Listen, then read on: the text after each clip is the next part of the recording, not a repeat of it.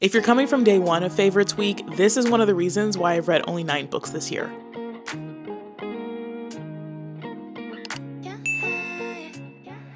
I've fallen into such a deep hole of TV shows and just like watching film and honestly falling back in love with TV shows and film in general. The last couple of years I've been really focused on reading, which is great and amazing, and I love. Those are like my two loves. The two types of media that I really love to consume, books and then film of some sort. And because I wasn't reading as much this year, I definitely fell into film. And if you want to know why I wasn't reading so much this year, definitely make sure you go back and watch the first episode of Favorites Week. But if you're new here, you're probably wondering what Favorites Week is. Most of your favorite content creators and all over the interwebs, you're probably seeing a lot of people talk about their favorite things of the year and kind of just like recapping books, movies, music, products, all those good things. Last year, I put that all in one video and ended up being like an hour-long video. And while I really loved the way it came out, it was very time-consuming to film and also edit. So to make things easier for me and maybe make you guys have a better experience so you can actually click on the videos that you're actually interested in seeing, we're breaking up my favorites into 4 videos throughout this entire week. My favorite books, my favorite film, which is primarily TV shows, my favorite music, and my favorite products. This is the second day of Favorites Week. The first day was favorite books. So like I said, make sure you go and check out that video if you're interested. But if you're interested in film and you came for the film, let's talk about my top 15 favorite TV shows that I watched this year. Disclaimer, they're all Asian dramas because I really fell down an Asian drama hole starting in January and I have not yet found my way out of it. I'm moving through the diaspora of Asian culture. I've hit K-dramas, I've hit C-dramas, now we're hitting Thai dramas. Sometime next year we may move into J-dramas. We're hitting all our bases. I probably watched 100 plus Asian dramas this year and I somehow whittled it down to 15. It was supposed to be 10, so I didn't succeed that greatly. I just failed a little bit. I failed a little bit, but this is my channel, so is it really a fail? It's only a fail if I call it a fail. No, we're not going to call it a fail. We're not going to call it a fail. I somehow whittled it down to my top 15. They are in no particular order because that was too much. Getting it down to this much was already a feat in itself. Ranking them, that would be too much. So in no particular order, but these are just the 15 dramas that I really, really enjoyed this year. There's a mix of K-dramas, Chinese dramas, Thai dramas, BL dramas, action dramas, romance dramas, fantasy dramas, dramas. So without further ado, let's get into it. The way I got into Asian dramas was I went to the North Georgia mountains to visit a few friends in January. And on my way back, I was watching XO Kitty because I kept getting a bunch of XO Kitty like edits and stuff on my TikTok, which is weird because I did like To All the Boys I Loved Before. It's like one of my favorite of those little teen drama kind of shows that have come out in the last couple of years, but I don't really see many edits about it. So I was like, why am I getting Hello Kitty, XO Kitty everywhere? But then I was intrigued. And why was I intrigued?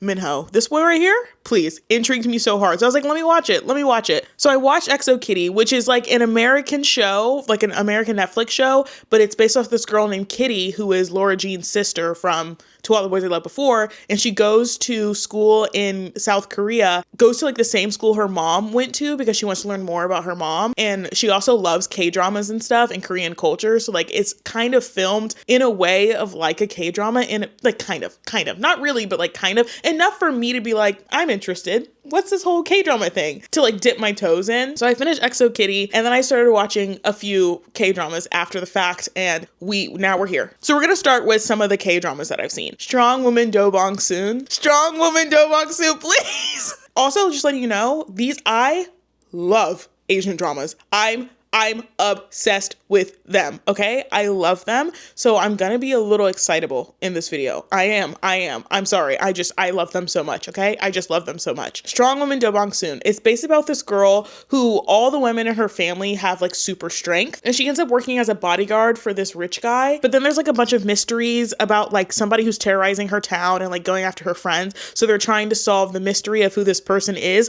while also trying to protect this rich guy, because it seems like the person going after her town and like causing all these things in her city is also related to the person who's trying to hurt him. And in the whole process, they end up falling in love with each other. When I tell you, if you walk into a K-drama convention and you say Min, you're going to have a riot on your hands. People are going to come and they're going to be like, I know exactly what you're talking about. There's going to be screaming girls because Min is everything. Min's the standard. That's the nickname that Bong Soon, the strong woman in the show, gave the CEO guy.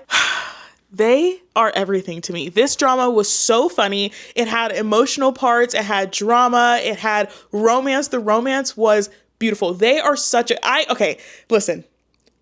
To be into Asian dramas is to be into fandoms and things. And if you know me, like personally, like actually know me, you know I am terrified of fan culture, and I try very hard not to participate in fan culture. So I keep this internal. I keep my fan culture to myself. It's private. It's a private fan culture, okay? And the lore, if you're in on the Strong Do Bong Sood fan club, culture, place, I know they had a crush on each other. The actors, I know they had a crush on each other. I know that they loved each other. It is such a missed opportunity. They should have been together. I think he even admitted that he had a crush on her like while filming. I'm almost positive. I think she's like 2 years older than him or something like that. But their chemistry in the show, immaculate. I want them together. I want them married. I want them living in their whatever house. So they want a farmhouse, give them a farmhouse. They want a cabin, give them a cabin. They want a beach house, give them a beach house. They want a penthouse, give them everything. They deserve everything. They deserve everything. They were in love with each other.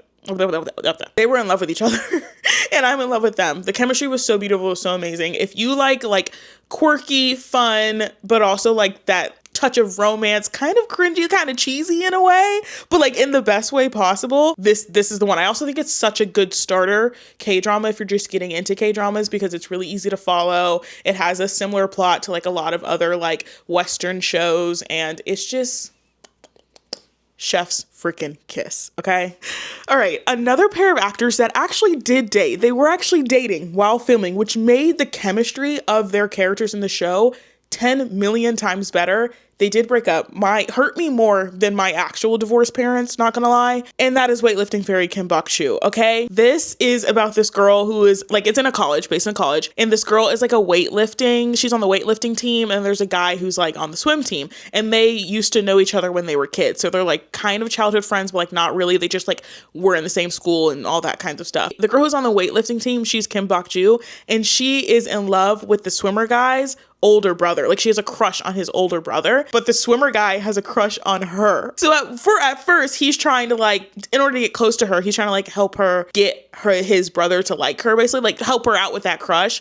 And then the crush kind of disappears, and then they end up being with each other, which is good because the guy's brother, he's a weight loss doctor and she's a weight lifter, and her losing weight, her weight is really important for the different weight classes. So the show talks a lot about body image, especially for women, and being too masculine and being in masculine spaces, and just self-esteem and anxiety and depression and all that stuff. I think it talked about it really, really well, and the things that they show her going through. Also, like I said, the actors are dating in real life, or were dating in real life. They broke up.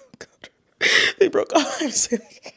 They were dating in real life, so the chemistry on the show was absolutely immaculate. When I say I want this kind of love to run me over, literally smack me into the cement, okay?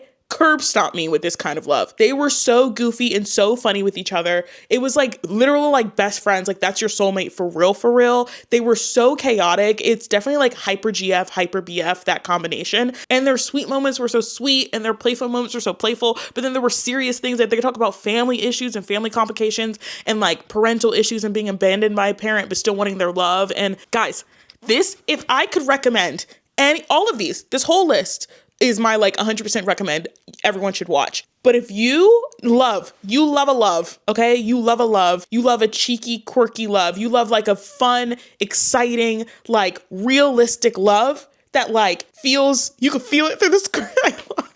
You can feel it through the screen. You need to watch Weightlifting Fairy. You need to watch Weightlifting Fairy, okay? You have to. It's so...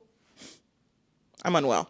We have to move on. We must. I'll never stop. We have to move on. This is one that I recently rewatched, and it's the one I mostly tell people to watch, especially if you're into romanticies. If you're into romanticy books and you have never watched a K-drama before, but you're trying to get into K-dramas, you need to watch My Demon. My Demon is about the devil who he goes up to humans and makes deals with them, basically. And it's a 10-year deal. And when the 10 years are over, he comes and takes their soul. There's this girl who's this heiress, but she was adopted into this rich family. And when the matriarch who adopted her dies of suspicious means, she gives the inheritance to the heiress girl. In order for her to get the inheritance, she has to be married. So it gets intertwined with this devil, the devil guy. She accidentally mistook him as a blind date person one day, and then they meet again because he saves her life from the person who took out her adoptive mom is also the person who is like coming after her now because they want the inheritance.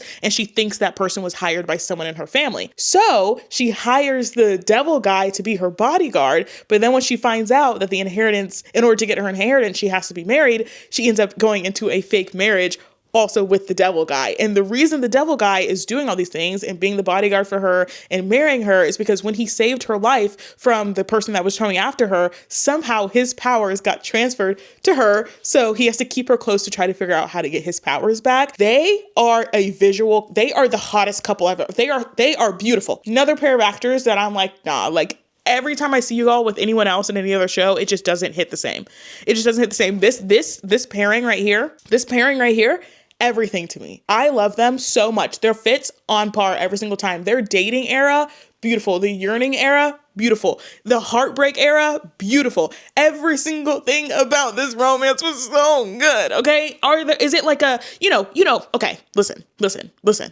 I'm not the kind of person who's gonna be bashing on romanticies. I love a romanticy. I love a romanticy, okay? I love a romanticy. This gives you all the giddy feelings of a romanticy. Maybe the magic system might not make 100% sense. There's some things that don't make 100% sense, but the romance mixed with the magical elements gives you that hope, that feeling, that serotonin dopamine, that serotonin dopamine rush, girl, okay? That is exactly what you get with My Demon, and they are just so hot together, and I love them so much. They're beautiful. Her fits, she ate down. She ate down. He ate down. I'm unwell. We have to move on. Guys, don't let me stay on a show for too long. I need to be we gotta keep going. All right? God, this one's so good too. Alchemy of Souls. If you love fantasy, this is going to be your show. I think this is also romantasy, but I think it's more of fantasy romance than romantasy because the fantasy elements are definitely like the core, and then there's the romance elements. K-dramas usually have one season that's like 16 episodes, at least in the US. I saw something on Reddit that said like in actual like South Korea, when they air the episodes, there's like 32 and they're all like 30 minutes long, or like 45 minutes long, but then in the US, there's 16 and they're all an hour and 16 minutes long. I don't know.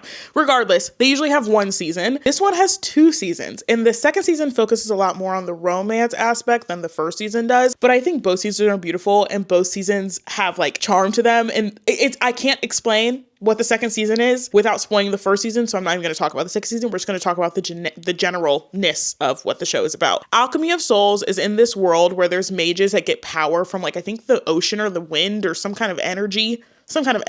And there's 4 like top mage families, and the kids from those 4 families are going to be the leaders of their families at some point. So they're all really, really powerful except for Jean-Luc. Jean-Luc is not super duper powerful, and nobody knows why he's not super duper powerful, but he's known as one of the weakest mage. Then there's this assassin girl named Noxua. I think her name is Noxua. And she is this like assassin that's been going after all the 4 families and trying to get after all the 4 families. She ends up getting killed at some point, and her soul moves into the soul of this blind servant girl, which is the practice of the alchemy of souls, is just switching your souls between bodies. When she goes into the blind servant girl's body, the girl stopped being blind because now Noxua's soul's in her, and she tries to find a way to get her body back so he can get her power back, so she keep going after the 4 families. Somehow her and Jean-Luc's like lines get crossed, and he hires her as his servant because he realizes that Noxua, he realizes who she is, basically. He like can see her soul, and he's like, I will keep your secret if you teach me how to be a mage and you help me get my power. And she's like, fine, but you have to help me find get back into my body and get back to who I need to be. And then they fall in love. The story is, okay, it's slow burn. It's slow burn because there's 2 seasons. So you can't have there's 2 seasons. I'm not going to say anything. There's 2 seasons. So the love is slow burn. The magic system, immaculate. Every side character, immaculate. Villain, annoying as hell, which means immaculate. The visuals, immaculate. The world, immaculate. Everything about the show just fit so well together. Everyone will always say, like, I was looking up for weeks shows to watch after Alchemy of Souls. Nothing hits the same. Nothing hits the same. That show is there's nothing. there's nothing like it. There's nothing like it in any K-dramas, any C-dramas, I think the closest I've ever gotten is like some like fantasy Chinese dramas, some of them. Some of them, I have like one or two on the list that I think would be semi-close, but none of them hit the same way as Alchemy of Souls. It is in a level of its own. It was so good. The romance was so sweet, and like just their conflicts that they had to go through, both together and internally and externally, just so real and deep. And like my friend who recently got into K-dramas, and they watched it like 3 times in a row because they were so obsessed with the show. And it was slow at first. Like it's kind of like the first episode's really good, but like any first episode or anything of a show, the pilot is usually just like information dump. You don't really know what's going on. It gets moving, and it just, every time you watch it, you're going to see something new, some kind of Easter egg. So Alchemy of Souls, please. The cast, hot. Okay? Hot is the cast. All right? They are, okay. Yeah.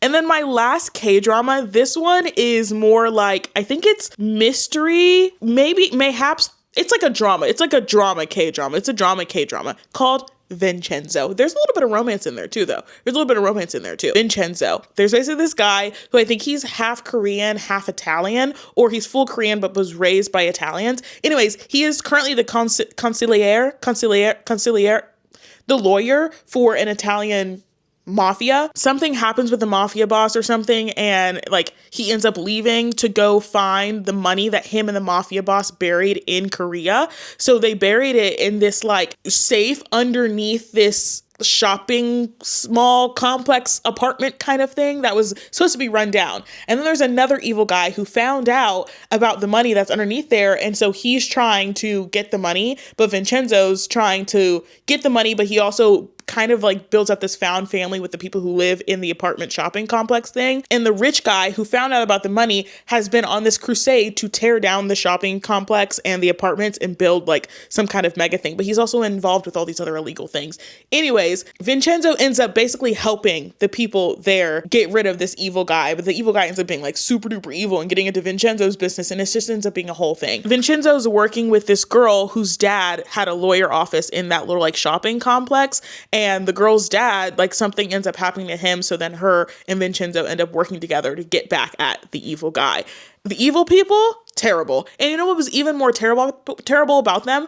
The like, okay, in like a fantastical show, the evil person has like these powers. It's really easy to see who's evil, but it's also easy to like disconnect yourself from fantasy villains because it's fantasy. It's like not something we've seen before in terms of like our everyday life. Like we're not interacting with magic in our everyday life. But when it's like a drama with like evil, like a modern drama with no magic, like a reality-based drama, they are just, the villains in the show are just straight up like powered by greed. It's greed. It's just straight up greed. And it was shown so well in Vincenzo, where it's like they were just making sickening, terrible, awful, evil decisions just based on their own need for power and money and all these different things. And it was just like, I don't know why these villains specifically hit me so deep in my chest to when they finally got beat. Spoiler alert, the good guys win. I don't think that's a spoiler alert, but the good guys win, basically. When they finally won, it was the best feel to see those villains get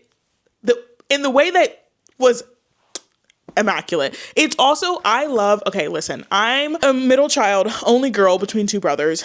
I love an action movie. Honestly, John Wick, like 300, the red, is it called Red? Yeah. The A-Team, like superhero movies. I love a good fight scene. I love a good bit of gore and like all that kind of stuff. And I love like a little like organized crime, mafia kind of moment. And Vincenzo, he's just like this little Italian, South Korean guy in his little suit. And he's just, and it was just, and then just the little crumbs of romance that they were giving us was, you could just see it developing, you see it moving, and it just, oh, girl, I'll stay here forever. And it's crazy because I tried to watch Vincenzo so many times, and I kept stopping at like episode 1, and then I could finally get to episode 2 a few months later, and then I finally got to episode 3 a few months later. Then my dad, of all people, was like, girl, you have to finish watching Vincenzo. And I was like, Dad, you watch K-dramas? He was like, yeah, I've been watching K-dramas way longer than you've been watching K-dramas. And I was like, okay, Paul. He was like, you have to keep going. And I kept going. And I was like, this is everything to me. So thanks, Dad. So those were all the K-dramas that I watched this year that I would like highly, highly, highly recommend. It's not all the ones I've seen, and there's so many other ones that I would also recommend, but like those are the ones that have like stuck with me and probably are like my favorites of all time. But I'm just obsessed with them. They were so freaking good. I'm unwell. Then I was scared to do this. I thought I was just going to stay with K-dramas forever. Because, you know, I'm just scared of trying new things, learning new things. I just felt like a comfort with K-dramas, but it's the same way I felt about Western shows. And then I moved into K-dramas and it was everything to me. So when I finally built up the courage, I moved in to C-dramas, and I'm so glad I did because my life changed, okay? God. Oh my God. No, when I discovered C-dramas, and there's so many different kinds, like they just branch from so many different things. Like there's the modern ones and there's the fantasy ones. There's two different types of fantasy ones. And then there's like the historicals, like they all are just different in their own ways. And it's, oh my God, no, C-dramas changed my life. So we moved into those. All right. We started with modern C-dramas, and one of the modern C-dramas that I saw that oh my God. Okay. This is this is probably one of my favorite shows of all time. Okay. This is probably one of my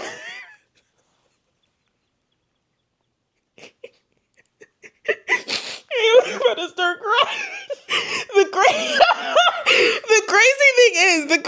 Okay, hold on.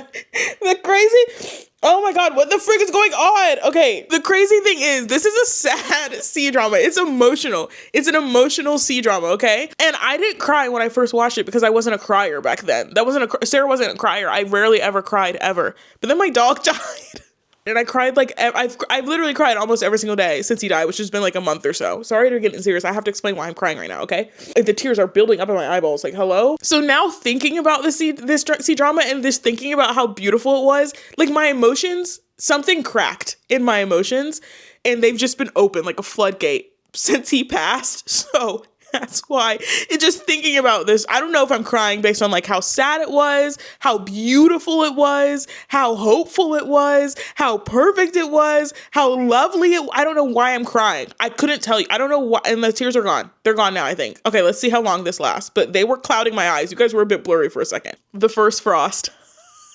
The First Frost. Okay, The First Frost is a modern Chinese drama. It's about this guy and this girl. Okay, they were friends in high school, and they had crushes on each other. Okay, he was very vocal about, not vocal, but like he was more obvious about his crush on her, than she was about her crush on him. He came from a pretty like normal, like loving family, and she had a really hard background. At some point, they were supposed to go to college with each other, like to the same college, but then something happened in her life. So then she basically like broke up with him, but like just like broke up their friendship, broke up their like situationship kind of thing. And they don't talk for 8 years. Then something happens. She ends up at this bar that he owns. Someone spills a drink on her, and then they meet each other again, but he's acting like he doesn't know her. So she's like, I should act like I don't know him. But then that doesn't work. Something happens to where they end up living with each other. They end up being roommates basically. And they were roommates. No, for real. But they ended up being roommates, and so now it's like forced proximity. They had to admit that they know each other, and he has loved her this entire time, and she's just been trying to deal with like a lot of things in her life. It was really beautiful to just see their growth and just see them growing in each other. And the girl, her life was hard. And it's really about him like healing her and letting her know she deserves good things. And she's beautiful and she's perfect and she's all these things. And he's always been in love with her, and he's still in love with her. And it's always been her yearning. This man, his name's Sangyan. I have never seen a greener flag in my life. It makes me physically violent thinking about how perfect of a man he is. A man. Me complimenting a man. Perfect. He's the whole forest. He's greener than this couch. I have never met a greener flag in a show in my life. He loved her down bad. So beautiful to see. It taught me so much about love and resilience. These are my comfort characters. I'm obsessed with them. This show hit me hard. I did not really think that I was going to love it as much as I did, but it was wow. Wow, wow, wow, wow, wow. And I got Kalila to start watching it. I hope she's watching it. I hope she's watching. She said she was going to. I really, really hope that she is. And I cannot wait to hear what she thinks, because that show, The First Frost. The First Frost. If you love a slow burn, it's a slow burn. That's the thing about Chinese dramas. Disclaimer. Chinese dramas, slow burns. It's all about the feelings and the emotions and the tension and like the world around them affecting like their relationship and all those things. It's a slow burn. And you know what? I love a slow burn. I love a fast insta love kind of moment too, but a slow burn, tension, I eat tension up. If I could be some kind of mystical being that just lives off of tension, was that a succubus? Isn't that a succubus? No, they live off of like sexual energy, but is that tension? That's not what I mean. I mean the yearning. What creature lives off of yearning? I don't know, but I could be that creature. I could survive off of yearning, I think. And then I started watching a few more modern dramas that I really enjoyed, but I kind of moved into historical dramas. Historical C-dramas, there's something about them. There's something about them. It's the visuals, the just like intricate political things that are happening and the yearning between the characters too. It's like, oh, it's a whole new level. It's a whole new level. And one of my favorites, Blossom. Blossom is so fucking good. And the reason I love Blossom so much, let me tell you what it's about. I'm getting ahead of myself. Blossom is about this girl who is like this really, really smart business woman. She meets this guy who is like this really strong general and really popular general. And they meet on this like cloudy night. I don't know what happened to where she met him, but he was like running a coup or like some kind of mutiny. I don't know what's called. A rebellion against like the government. And somehow their lives crossed and they ended up both dying on that night, that snowy night that they met.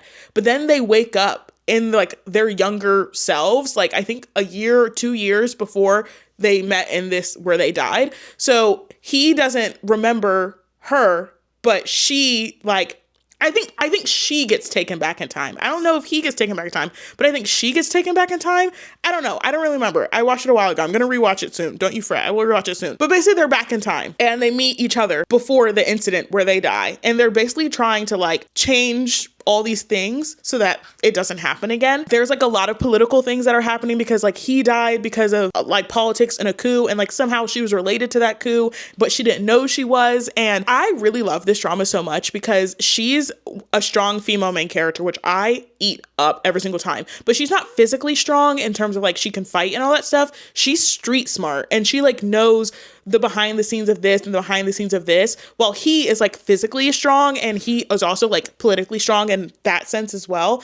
And I think they just worked really, really well together, and their chemistry and their love was beautiful. I also love it because they get married like close to like there's a good portion of the show that we're watching when they're married and they're lovey-dovey. It's not like waiting until the very end for them to finally get together and you get like 1 or 2 episodes with them together. No, they're like married and they're together for like a good chunk of time. So we get to see them in their relationship era and like go these ups and downs and just like watch. It feels like a little bit more closure. And there's so many shows that I wish would do that. Oh my God, I wish they would follow that blueprint and get these people together just a little faster, because it was still a slow burn. It was still a slow burn. Mind you, C-dramas are like 40 plus episodes and the episodes are all like an hour long. So C-dramas are long and the slow burn is slow burn. I'm talking usually they don't get together for real until like episode like 30. And you have like 10-ish episodes with them together, but usually something happens on episode 35. So then you really only got like 4 or 5 episodes of them together, and then they really don't make up with each other until episode 38, and then you got 2 episodes of them together, but then you never know if someone's gonna die. You never know what's gonna happen in C-drama. You never know. You have to be prepared for anything. You have to be prepared for anything. They just be killing people off. They don't care. They have no chill. They just be killing people off. Anyways, but I love them. No, I have so much fun with them. They're so much fun. But this one, they got together in like the 20s, like the episode in the 20 era. And then you have like 20 plus episodes.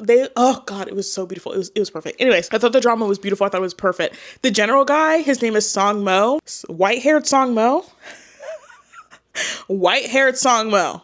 Hello? The fandom knows. If you know, you know. Another historical C-drama that I ate up this year, Legend of the Female General. Oh, Zooey freaking mama. Talk about chemistry. This is another one where they kind of get together like a little sooner than they usually would. So you get to see them like yearning for each other and like trying to work with each other and like loving each other in that like period, which I thought was really fun and really exciting to see because the storyline is just super interesting. There's this girl who is the only girl in her family, but her brother, who was supposed to be like the breadwinner and like, you know, go to the military and get military honors and stuff, something happens to him. So her family makes her disguise herself as her brother so that the family doesn't lose their prestige. So she goes to school and she lives her entire life as a boy. Then she goes in the army, becomes this famous general, but everyone thinks she's a guy. Then her brother comes back. He's no longer sick anymore. And her father and her brother basically team up to try to kill her and get her out of the way so that the brother can take over for her military honors. They try to kill her and blind her and like all this stuff, and they don't succeed. And she comes back and she starts from the bottom, disguising herself as a boy again, starts from the bottom of the military to get back her military honors and take it back from her brother. She ends up working underneath this general commander guy who she went to school with and was like really close with when she was a guy. He thinks that she betrayed him way back when. And so he's like mad at who her brother is, like who the identity that her brother took from her. But he doesn't know that the new recruit in his army is the same. You know, anyways, she obviously is really, really good at fighting and like all these things, but she has to like rebuild her muscle and everything back up because she is like recovering from when her brother and her dad like blinded her and tried to kill her and stuff. The commander and her end up working together because there's like some things happening about like the time when he thought that she betrayed him. There was other military and political workings that they're trying to like unravel. And then he finds out that she's a girl and they fall in love, but people don't want them together because they're so strong. And it's just like, it was so him. Yearner alert. The eyes. It's all in the eyes, Chico. The way this man looks at her, insane. I love her because she's a strong female character in terms of like political prowess, but also just like military might, and the way she fights was so lyrical and beautiful to see. The fight scenes were amazing. The CGI was so good. That they are a power couple. It's giving power couple. Okay. I'm obsessed with them. She was such a beacon and like a sign of hope for so many of the women, like in the show as well. She was just so cool. And they were both so cool together. And it was just, oh my God. I think about them all the time. Really. I need to rewatch it. God.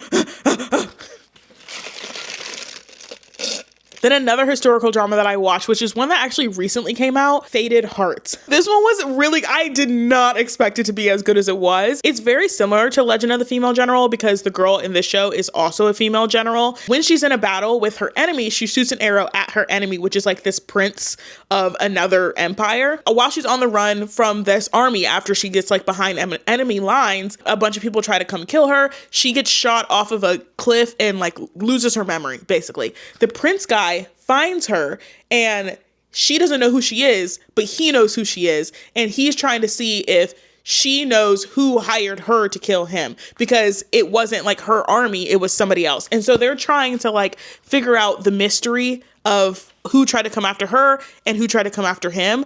But they hate each other. And when she finally realizes like who she is and realizes that she hates him, now it's just like all these like games of just like who's gonna try to kill who. Like they have to reluctantly work together, but then them reluctantly working together turns into them falling in love. And this is another drama where you get to see a little bit more of the yearning a little earlier on in the show. And they are another power couple, but in terms of how they fight, and their fight scenes were also so lyrical and beautiful and so cool to see. They are like, would be really hard to beat them in a battle. There were so many different characters and side characters going on. There was like the princess of the prince's kingdom, like the prince's sister, being in some kind of like side thing with this crazy guy from like and it was just, oh my God, the toxicity of that relationship was insane. The show was crazy, but it's like, if you love enemies to lovers, for real, this is how you do it. This Fated Hearts, this is how you do it. Then the last C-drama that I saw, which is more of like oh my God, what was this one? It's like a fantasy one, but I don't remember what the like specific genre of fantasy it is, but it's a fantasy one called Love in the Clouds. And it's basically in this world where there's multiple different like sectors or multiple different like territories, and they all come together in this like gauntlet battle type of thing. Whoever wins this tournament gets the blessed rain, which is basically like this mystical rain that like helps you with your cultivation of your powers and moving into like godhood and all that stuff. There's this one fighter who, kind of like in Legend of the Female General, is disguised as a boy because her mom like disguised her as a boy way back when, and she is the champion of all the tournaments all the time, like the reigning champion. She ends up getting defeated by this newcomer, and because she gets defeated, her mom kicks her out of the empire because she doesn't want her dad or anyone to like punish her for losing this battle, basically. Because when she lost the battle, her territory lost the blessed rain, so everyone's like blaming her. So she gets knocked down to like a lower realm where the guy who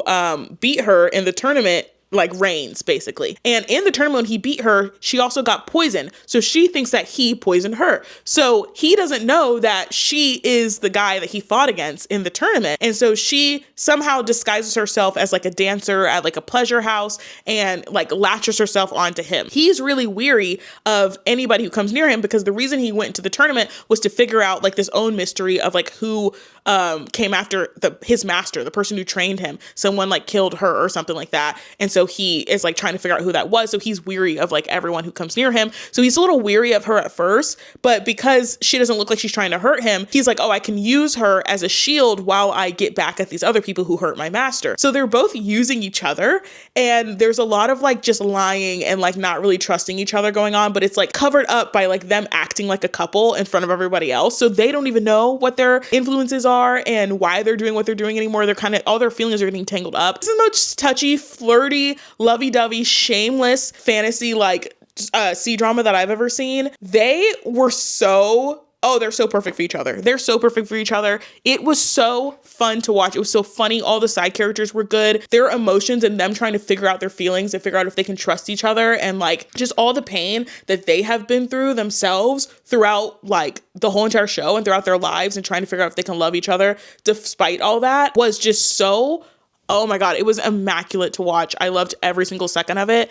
And if you are looking for like, I would say if you need something with like a little bit more tension in it and a little bit more like blatant tension, if you love fake dating, you love fantastical elements, you love just like extravagance and like really cool, flowy, fun outfits, really fun, cool fight scenes, Love in the Clouds is definitely the one for you. I've been talking for like an hour or something and my camera's dying and so is my microphone. So I'm going to go charge those. It's going to be an hour or so for me, a few seconds for you, but we're going to move into the last 5 dramas in 3, 2, 1. It's a few days later for me, a few seconds for you. My nails are done. My hair is done. My Christmas tree is up. Look how cute it is. Oh, look how cute. I know. But we're ready to talk about the next 5 of my favorite shows that I watched this year. We're moving into boy love territory. I started watching boy love dramas towards the end of this year, and I started with one Chinese one, and then I moved into the world of Thai boy love dramas, and I have not found myself out of it yet. I'm just absolutely obsessed with the whole like fandom. You guys know I don't do fan behavior. You guys know that. But you also know I love a TikTok edit just as much as the next gal. So the TikTok edits and like just the lore in Thai boy love culture is, I'm sad. Anyways, let's talk about the Chinese boy love that got me into this whole mess in the first place. And that is revenge love. I talked about this in my August-September media wrap up. Revenge love, the concept is so diabolical. They say there's this guy who was dating this girl and then she broke up with him and started dating this other guy. So in order to get back at her, he starts flirting with and trying to pursue her new boyfriend. Like, I guess so that he breaks up with her, but like he keeps being like, I'm not gay. I just want to do this to like hurt her, basically. Anyways, he ends up falling in love with her new boyfriend. The series itself is, good. It has some good parts. Like, I enjoyed the storyline. What really got me, the behind the scenes, gayer than the show. Hear me when I say behind the scenes, gayer than the show. There's so much lore surrounding the show. The behind the scenes was like one of the most viewed videos on YouTube, I think, of this entire, like it is like people were sat for these behind the scenes. I think they put out like 100 plus behind the scenes clips. The behind the scenes is scarier than the show.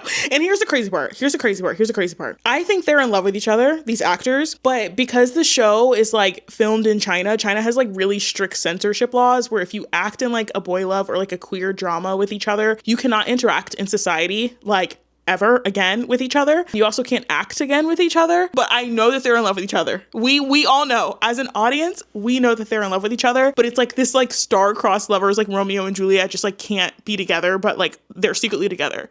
Right? Like we all agree they have to be. Oh my God, I'm obsessed. I'm absolutely obsessed. I was so sad. For the behind the scenes and like the TikTok edits and everything about this couple actually ruined my life. It has taken over and ruined my life. And the only thing that could pull me out of the revenge love hole was Thai boy love dramas. And I'm still in that hole. Now we've moved. We've evacuated one hole and moved into another one. Hopefully this hole is rent stabilized because I'm going to be here for a while. The first Thai boy love drama that I started with was Your Sky. And I actually just rewatched this like a few days ago, but it's with these okay, hold on. Let me start over. In the world of Thai boy love dramas, okay? There's a lot that happens before they even start acting together. There's two main Thai boy love drama like production studios. There's GMMTV and then there's Damundi. Damundi has this reality show called DMD Friendship, where basically all these Thai boy love actors go onto the show. It's basically like Love Island, because the point of the show is for them to find their acting pair.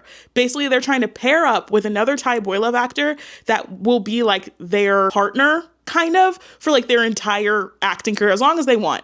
And when you have a partner, this is when you act in all your shows together. Like you guys are a couple in all your shows together. Every show that you guys have together, you're a couple with each other. So it's basically a dating show, but it's called DMD Friendship. It's a dating show. Now I understand a lot of these actors, they're acting as a couple. They're not really a couple. However, it's going to take a lot for you to convince me that Damundi is not a dating agency, because a lot of the Damundi couples have ended up dating each other, are together in real life. Some have confirmed and some have not, but you can tell. But some have confirmed, some have not. It's none of my business, but I am in on the lore. So the pair that is in Your Sky is Thomas Kong. In the way the pairs are named, it's like their two first names. So one's name is Thomas, one's name is Kong. Thomas is the top, Kong is bottom. So that's why it's Thomas Kong. And that's how the pairing is. Okay, you guys get, all right. Anyways, Thomas went onto DMD Friendship and he was like, I want Kong. He knew before he even went on DMD Friendship that he wanted Kong. And he said it. He's like, no, I'm here for Kong. I want to be partners with Kong. Like, I'm obsessed with Kong. And Kong's a diva. So Kong's like, I mean, we'll see if you're worthy, basically.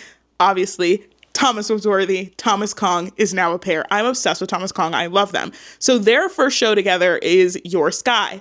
Your Sky did so well. They have 2 new shows slated for 2026, but Your Sky did so well. It's basically about this guy named T-Rock, which is Kong's character. He's just super sweet, super nice guy at this college. And like, he is just the sweetest, nicest guy. And he doesn't know how to say no to people ever. And there's this one senior at the college who is like chasing him and pursuing him and like wants to date him. But T-Rock doesn't want to date him, but he doesn't know how to say no. So he always is like accepting this guy's gifts and like going to parties with him and like all these things. And his friends keep being like, dude, you have to say no. Like, you've got to say no. You know what I mean? He's like, I don't know. I don't want to hurt his feelings, whatever. One of his friend's older brother's name is Moonfa, but he calls him Pifa. He is like this, like, he has this aura of being like a bad boy, like, you know, kind of scary, like upper dog kind of guy at the school, right? The guy who's pursuing T-Rock has a birthday party at Pifa's bar, because Pifa's like rich. Like, his dad is like owns like a hotel conglomerate or whatever. He's like rich or whatever. So he owns this like club bar thing. And the guy who's chasing T-Rock has a birthday party at the bar, and he invites T-Rock. So T-Rock goes. While there, the guy gets T-Rock drunk and like tries to kiss him and like take advantage of him. And Pifa comes out and he's like, nah, and punches the guy in the face and says, don't touch T-Rock. He's my boyfriend. And we're all like, what? Pifa takes T-Rock home, whatever. Wake up the next morning. Everyone's like, dude, you're dating Pifa? Like, what the heck? And T-Rock's like, what is going on? And then T-Rock and Pifa meet, and they're like, Pifa's like, I told him that you were my boyfriend to protect you from him, so he would stop bothering you. And then T-Rock's like, wait, this is actually good, because like if he thinks we're dating, like he'll stop like trying to come on to me and he'll leave me alone, and maybe he'll leave you alone too. So they start pretend dating. But mind you, remember, Pifa is T-Rock's best friend's older brother. So there's that too. So it's like fake dating, best friend's brother, like rich guy kind of vibe. It is, oh my God, it's so cute. They went on a date at a zoo, and Pifa bought out the whole zoo. He bought out the zoo. He was like, yeah, you want to go to a zoo? Let me buy the entire zoo. And it turns out Pifa is not even like this bad guy or this like scary guy. He's like super sweet. He just has like social anxiety.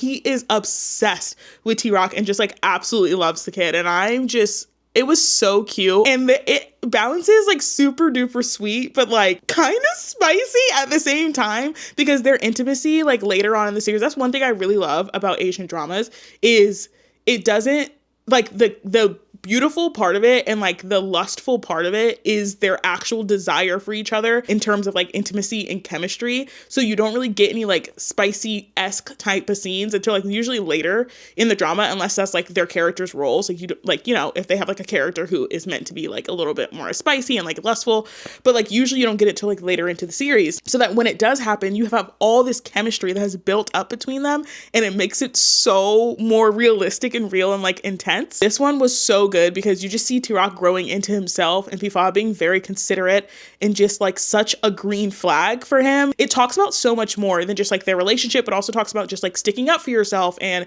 how you like show different emotions and feel different emotions and like sitting with your emotions. It also talks a lot about coming out to your parents and like the stigma around like queer men and just like this like scariness of admitting it to your friends and your family and just like how your family might not understand and how to deal with that situation. And it was so much more than I thought it was going to be. And I was so sad after watching this Thai Boy Love. I was like, I need to watch every other Thai Boy Love that has ever existed ever. So I went down a rabbit hole and we did end up watching more. The next one that I watched was Tame Po. And okay, I love Tame Po. Okay, Tame Po is GMMTV, but the couple, William S., people say that William S. are with GMMTV, but they have Demundi chemistry, where you're kind of like, are y'all dating? Are you together? They are so cute together. Here's the lore. William is a part of a T-pop group, which is like a Thai pop, like K-pop, T-pop group called Lycan. Okay, William, I think, is their lead singer or something like that. Absolutely just adorable, super insanely attractive. We love William, okay? Cutie, tootie. Love William. Est used to be a swimmer, like a national team swimmer, like a championship winning swimmer. And then I don't know how he got into like the boy love space, but somehow he's in the boy love space now, so he no longer competitively swims. But William and Est are together. And it's so funny because I think Est is like 2 years older than William, but William's like the top, Est is the bottom. But like William just like has this like possessive energy. They both have possessive energy of each other, but they're also both cutie patooties. They just have the best chemistry. Like they have the most wholesome relationship, and like you really can tell that they like truly care about each other and know each other and just feel so comfortable with each other. And Tame Po was their first series with each other, and it did so freaking well, like so insanely well. In the show, William basically plays himself. Like he plays a lead singer of a T-pop group, and the T-pop group that's like in the show is the T-pop group is Lycan. The T-pop group he's part of, they all are in the show, but they're called different. I think they're called Mars or something in the show. And basically he's the lead singer of this T-pop group, but the group is breaking up because he got an opportunity to like sign with a record label in Korea. So he's like leaving, and the show basically starts with like his members being like angry with him and like their friendship kind of breaking up, and him just like feeling like very isolated because he's like, he had to do this for different reasons. And like, I don't know, everyone's just trying to figure out why he's doing this, like what's going to happen with the group. And then the group's managers hire Po, who is S character. And he is like a camera, what's it called? A documentarian? He makes documentaries, and he's making a documentary about Mars, the T-pop group, before Tame, which is William's character, goes to Korea. While he's making this documentary, he learns more about the group and learns more about why Tame is leaving and like how everyone feels and like how his management company is involved in all these things. And then Tame and Po, which William and S, they end up on this like kind of falling in love with each other, but like there's so many other stressors. Like, and it talks a lot about how like pop artists, like within Asian countries, so T-pop artists and K-pop artists, how they like can't really exist outside of their fans, and like their fans kind of dictate their life, and like they can't fall in love, and like the stressors of Tame and Po trying to figure out how to be together without like affecting either one of their careers and like without alienating their fans and like all that stuff. And it was so good. It's such a great introduction to William S. because I feel like it's not like their exact dynamic with each other, but it felt like them. Like if you watch the show and then you see them like at fan meets or like just on each other's Instagrams or like social medias outside of that, like it feels like them. And so like watching the show and then like following them on social, it just feels like a continuation of the show, which I think is why the show was so good. And I think they're in one show now as like a second lead couple that I'm watching that's so good. It's called Me and Thee, and William is a mafia son, the son of a mafia boss, and Est is his older brother's bodyguard. It's a whole thing. But they have another show slated for 2026 where I think they're both like fuckboys low-key. Like William is a serial dater and S like doesn't date anyone. So they like join in. I think they join on some kind of bet to like date each other, like not date each other, like not fall in love with each other. I don't know. But they're doing some kind of bet. So it's basically like two fuckboys in a bet with each other. Anyways, I'm so excited for their shows. I'm obsessed with them. I love them. Tempo was so beautiful. It was just beautifully produced with such an interesting storyline. It's such a great introduction to all the different characters and like all the different actors. So you like are committed and want to see them in more things in the future. Then I watched Perfect 10-Liners, and this was a really good introduction to just a bunch of different boy love drama actors. If you've never seen Thai boy love dramas, I definitely would start with Perfect 10-Liners because you get introduced to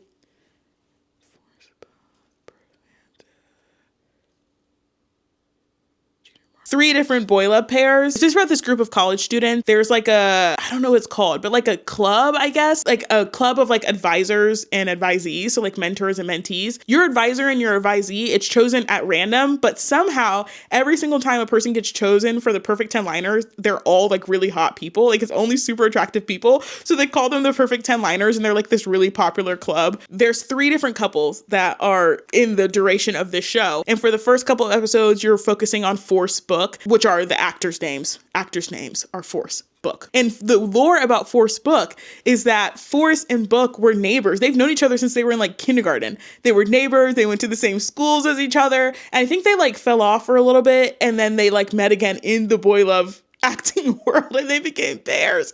It's actually insane lore. Like, hello. Force's character is kind of this like, he's like one of the hottest guys on campus, and he's like a soccer player, and he's super quiet and like kind of just like alpha dog kind of guy. And then Book's character, he's like a new coming freshman. He's super goofy. He also is like one of the hottest guys on campus, and they end up like being each other's like mentor and mentee. And Force like shows that he likes Book in the show in like such weird ways because he like doesn't know how to like show his feelings. He's just like, I like you, you're mine now kind of vibe. And so you get to see their relationship grow, and it was really, really fun, really fun to watch. And then the next couple, which is one of my favorite couples known to man. This is another like GMMTV couple that has Demundi energy and Demundi chemistry. Perth Santa.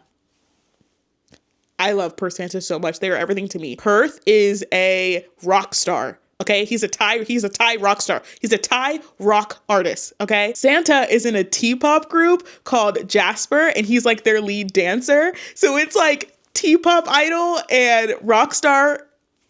I love them. I love them so much. So that's their real life. That's their real life lore. In the show, Perth's character is named Yotha. Him and Santa's character, which is named Gun, are both upcoming freshmen. Perth's character is like this like bad boy, super quiet, like always getting into fights kind of guy. And then Santa's character is like super bubbly and happy and go giddy and like all those things. Gun ends up rooming with Yotha's little brother, which is named Fei Fa, I think his name is. And then something happens where they end up switching roommates. So now Gun is rooming with Yotha and Fei Fa is rooming with Gun's roommate. So they end up rooming together, and then they end up falling in love with each other, and they have to go through all these different things because Yotha like doesn't believe in love and doesn't know how to be in love. And so like Gun is just this sweet baby angel trying to like show Yotha how to find love. Yotha does some really fucked up stuff, and like, oh my God, I just love them so much, but it was toxic. It was a little bit toxic. I wanted Gun to get out of there at first. I was like, Gun, you gotta go.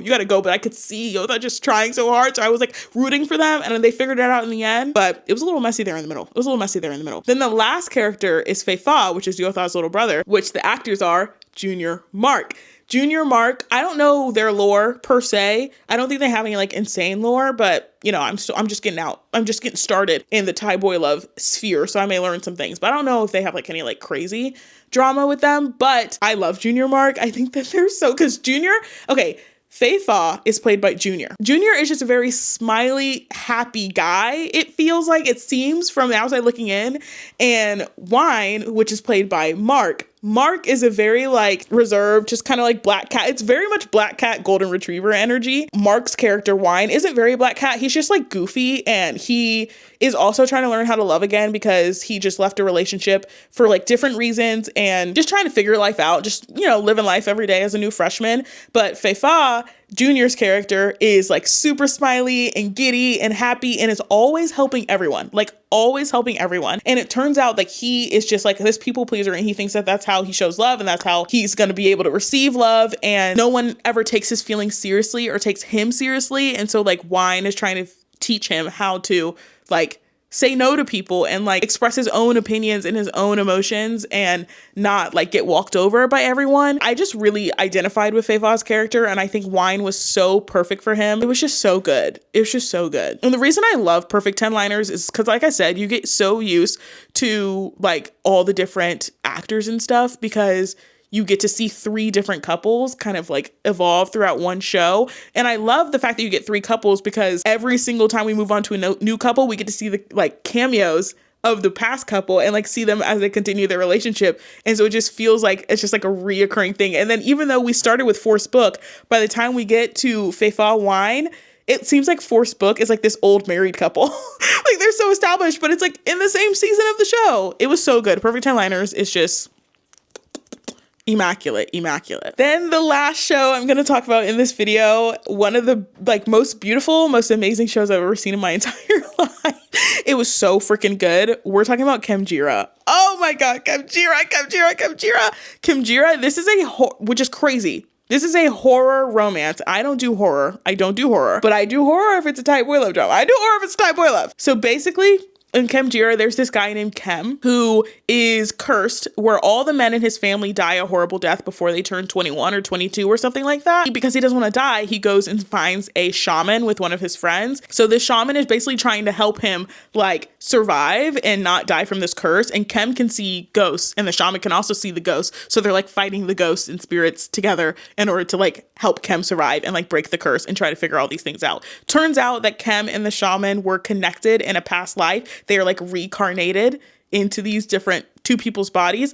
And so you get to learn about their past life as well. And also like Kem has 2 friends who are also connected to him in a past life and connected to each other in a past life. So you're learning about all these different things in the show. What I think was really beautiful about the show is, first of all, the actors. It's Kang Namping. Kang and Namping's lore. They were on DMD Friendship with Thomas Kong. On DMD Friendship with Thomas Kong, I think at one point there's a point where they're trying to choose who they're going to go to dinner with. And everyone thought Kang was going to choose Namping to go to dinner with, but instead he chose another guy named TT, who is another guy. He has another pair, TT poor, but that's another lore. Kang chose to go with TT, and so Namping was left at the villa eating instant noodles with some other guy. But then in the end, Kang ends up choosing Namping, and Kang and Namping end up being together. Kang just had social anxiety. Like he's a very quiet, used to be a very quiet guy, like with a lot of social anxiety. Namping has always been like at least seemed just very sure of himself and like very well spoken, and has kind of like helped Kang get out of his shell a little bit. And they're not a fan service kind of couple, so they're not going to just like show up at fan events and do like coupley things just for the sake of doing coupley things. They were so not about that a lot of people were like, they have no chemistry, they don't even like each other. But in interviews, you've learned that like they didn't want their intimacy to be something that they showed off to the cameras. They wanted it to be something that they built in private and built with themselves as their partnership got stronger. And you can see it coming out more and more in the recent couple of like videos and stuff about them, because they're genuinely growing to just like really respect and appreciate each other. And Kang is coming out of his shell like no one's business. And he's just so downright obsessed with Namping, just so obsessed with Namping. Namping so obsessed with him. The way they look at each other is actually astronomically insane. So kdramas was their first series together. It was so beautifully well done. It won so many different awards. The production was just absolutely gorgeous, just gorgeous production. The storyline was super interesting. They were so hot in it, both of them. Kang, that shaman, I'm sorry, is this blasphemous? Is this disrespectful to the religion? Because that shaman was hot as, I don't think it's disrespectful, and I think that's what they meant. Because in the show, homie would wear sunglasses. The shaman had to wear sunglasses because anytime people would look in his eyes, they would fall in love with him. And he had a giant snake back tattoo. Guys, I'm sorry. He was beautiful. No, they're literally just perfect. It's the most perfect show. They're the most perfect couple. I love them so much. And that show was so freaking good. The NC scene in kdramas, one of the most beautifully intimate, beautiful scenes I've ever seen in my entire life. I was blushing, not because it was like hot, but I was blushing because I was like, I feel like I'm interrupting you guys falling in freaking love with each other. It was so well done. Oh my God. It's like, no, y'all love, if you didn't love each other before, you love each other now. I say this to my friends all the time. Mind you, I have no urge or desire to be an actor, and no one's threatening me with a gun to be an actor. I just am telling y'all now, I could never be one. I would fall in love with you. I would fall in love with you. If I had to do those kind of scenes, I would fall in love with you. Oh, kdramas. And that is a wrap on my top 15 shows of 2025. I hope you enjoyed. We had a little bit of Thai drama, some Thai boy love in there. We had a little bit of K-drama. We had a little bit of C-drama, historical, fantasy, romance, thriller, did I already say? I already said that. And now you see why I read 9 books this year. Now you see. Now you understand. Make sure you guys like, subscribe, turn your notifications so you're all set for the next episode of Favorites Week, which is going to be my favorite songs of 2025. But that's all I got. I live, laugh, love you guys so much. I'll see you in the next video.